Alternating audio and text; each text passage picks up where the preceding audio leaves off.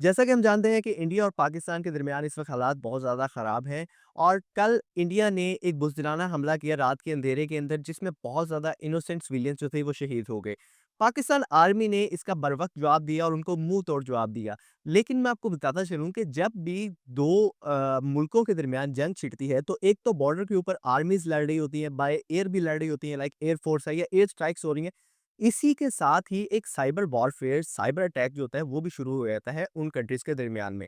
हालिया दिनों में हमने देखा है कि जब इसराइल ने जो पेजर अटैक था लिबनान में वो किया और ये भी एक साइबर जो वॉरफेयर है उसी की मिसाल थी। कल ही जब ये अटैक हुआ तो उसके बाद पाकिस्तान की जो national cyber emergency response team है उन्होंने एक एडवाइजरी जारी की कि जो बॉर्डर की दूसरी साइड से लाइक इंडिया वाली साइड से पाकिस्तानी जो लोग हैं या पाकिस्तानी जो अदारे हैं उनके ऊपर एक साइबर अटैक जो है वो लॉन्च कर दिया गया है। तो सवाल पैदा होता है कि इंडिया जो है वो पाकिस्तान के ऊपर क्यों साइबर अटैक्स जो है वो लॉन्च कर रहा है। तो देखिए दोस्तों, ये ज़माना जो है ये एक मीडिया वॉर का है। कोई भी मुल्क जब दूसरे मुल्क के ऊपर हमला करता है तो एक तो उसकी फोर्सेस को निशाना बनाता है, एक बाय फोर्स तो उससे लड़ता है, लेकिन साथ में एक मीडिया वॉर, एक पर्सपेक्टिव क्रिएट किया जाता है। और इंडिया प्रोपेगेंडा करने में और एक फेक पर्सपेक्टिव बनाने में बहुत ज़्यादा माहिर है। ऐसे लोग यहाँ पे पाकिस्तानी लोगों के अकाउंट हैक करते हैं। एक तो उनको फाइनेंशियल लॉस तो पहुँचाते हैं, ठीक? लाइक हमारी जो अदारे हैं, हमारे जो इंस्टीट्यूट्स हैं, उनकी वेबसाइट्स को हैक करने की उनकी कोशिश तो होती ही है।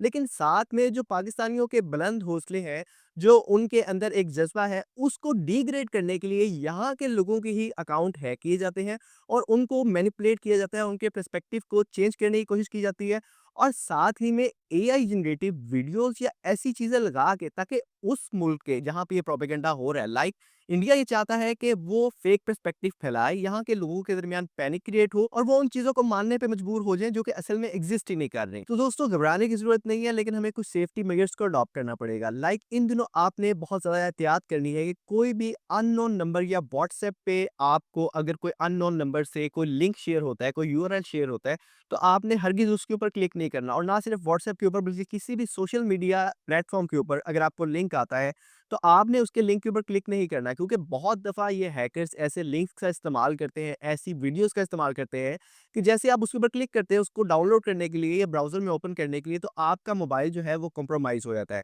और ना सिर्फ आपका मोबाइल कॉम्प्रोमाइज़ होगा बल्कि उस मोबाइल फ़ोन में जितने भी आपके बैंक अकाउंट्स हैं, उनके पासवर्ड जो हैं वो भी हैकर्स के पास चले जाते हैं। तो दोस्तों, एक तो आपने अननोन नंबर से एहतियात करनी है। दूसरे नंबर पे दोस्तों, आप लोगों को शायद हैरानगी हो इस बात से कि आपने कोशिश करनी है कि इन दिनों में अगर आपका कोई लाइक फैमिली मेंबर होते हैं हमारे या दोस्त अहबाब होते हैं, वो भी अगर आपको कोई लिंक शेयर करते हैं व्हाट्सएप के ऊपर, तो आपने उसको खोलने से भी गुरेज़ करना है। जी हाँ, मैं आपको बता रहा हूँ कि आपने किसी भी लिंक को ओपन नहीं करना है ये 4 से 5 दिन, क्योंकि हो सकता है कि जिस दोस्त या फैमिली मेंबर की तरफ से आपको लिंक आया हो, हकीकत में उस दोस्त ने या उस आपके रिश्तेदार ने आपको वो लिंक भेजा ही ना हो। हो सकता है कि उस इंसान का फ़ोन जो है वो कॉम्प्रोमाइज़ हो गया हो और जैसे ही ये हैकर्स एक इंसान के फ़ोन को कॉम्प्रोमाइज़ कर लेते हैं, तो सबसे पहले ये उसकी कॉन्टैक्ट लिस्ट के अंदर जितने कॉन्टैक्ट्स होते हैं, उनके व्हाट्सएप पे वो लिंक शेयर करते हैं। अब जो रिसीवर एंड पे होता है, लाइक अगर मुझे किसी ने लिंक भेजा है, तो मैं तो बड़ा श्योर हूँगा कि ये मेरे किसी दोस्त ने मुझे लिंक भेजा है और मैं उसको ओपन कर लूँगा। ये समझते हुए कि ये एक ऑथेंटिक लिंक है, लेकिन वो हकीकत में एक हैकिंग अटैक होता है। बहुत ज़्यादा लोग फ्री एप्लीकेशंस या मॉड्स या कुछ ऐसी चीज़ें ऐड करने के लिए एपीकेज़ को डाउनलोड करते हैं।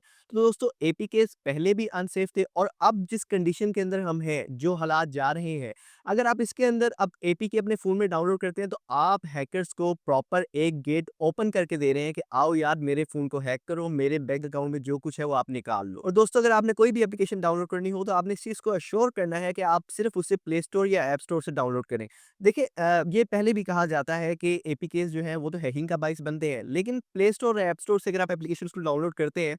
तो उनको बहुत यानी कि सिक्योर माना जाता है, क्योंकि वो स्कैन होके आ रही होती हैं, एक प्रॉपर डेवलपर की तरफ से आ रही होती हैं। लेकिन दोस्तों, एक चीज़ का आपने ख़्याल रखना है कि इस वक़्त ना वॉर की सिचुएशन है और जब वॉर की कंडीशन हो ना, तो आपने इस चीज़ का भी ख़्याल रखना है कि आप प्ले स्टोर या ऐप स्टोर से अगर कोई एप्लीकेशन डाउनलोड कर रहे हैं, तो उस एप्लीकेशन का ताल्लुक इंडिया से ना हो, क्योंकि हो सकता है कि वहाँ के डेवलपर ने उन एप्लीकेशंस के अंदर कोई ऐसा मॉलवेयर इंस्टॉल किया हो कि आप जैसे ही उसे आप अपनी तरफ से तो यार सिक्योर है, अपनी तरफ से आपने प्ले स्टोर से एप्लीकेशन डाउनलोड की है, लेकिन जिस तरह का आपका दुश्मन है, आप उससे कुछ भी चीज़ एक्सपेक्ट कर सकते हैं। और जो लोग वीपीएन यूज़ करते हैं, पहले तो यार मेरी आपको एडवाइस होगी कि अगर आपको कोई ऐसी बहुत ही ज़्यादा अर्जेंसी नहीं है, तो आप वीपीएन का यूज़ ना करें। लेकिन अगर आप वीपीएन को यूज़ कर रहे हैं, तो बहुत सारे जो पाकिस्तानी हैं, वो फ्री वीपीएन को ही यूज़ करते हैं। कोई यहाँ पे सब्सक्रिप्शन बहुत कम लोग हैं ऐसे लोग जो कि परचेज़ करते हैं, पेड वीपीएन्स को यूज़ करते हैं, जिनकी रिप्यूट अच्छी होती है। लेकिन अगर आप फ्री वीपीएन यूज़ कर रहे हैं, तो आपने इस चीज़ का बहुत ज़्यादा ख़्याल रखना है कि अगर आप कोई बैंकिंग एप्लीकेशन यूज़ कर रहे हैं या कोई ऐसे प्लेटफ़ॉर्म पे लॉगिन कर रहे हैं, जो कि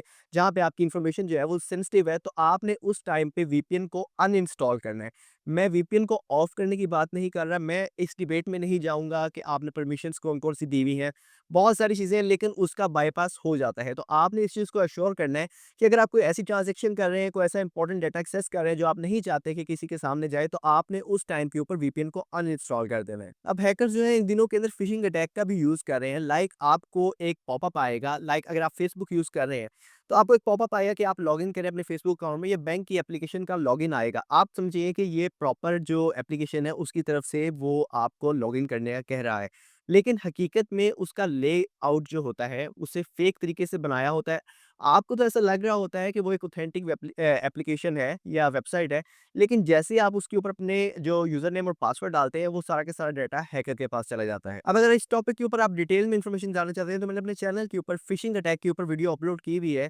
अगर आप इसके बारे में डिटेल से समझना चाहते हैं, तो आप इस वीडियो को जाके देख सकते हैं। और जैसा कि आप जानते हैं कि ये ज़माना मीडिया वॉर का है, और जो हमारा दुश्मन है वो तो प्रोपेगेंडा करने में बहुत ज़्यादा माहिर है।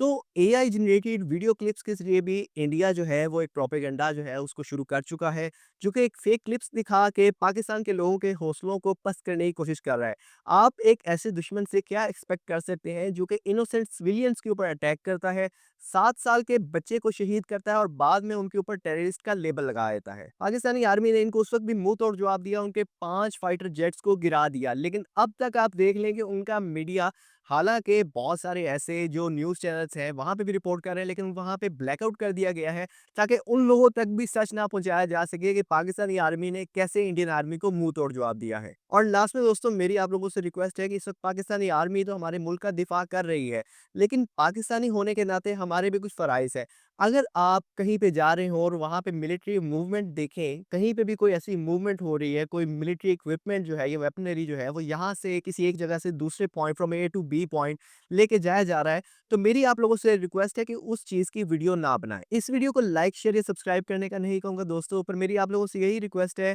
कि वो पाकिस्तानी अफ़वाज के नौजवान जो इस वक़्त बॉर्डर पे खड़े हैं, अपनी जानों को खतरे में रख के सिर्फ़ मुल्क पाकिस्तान की हिफ़ाज़त के लिए, उन सभी भाइयों के लिए दिल से दुआ कीजिएगा। अल्लाह हाफ़िज़, पाकिस्तान ज़िंदाबाद।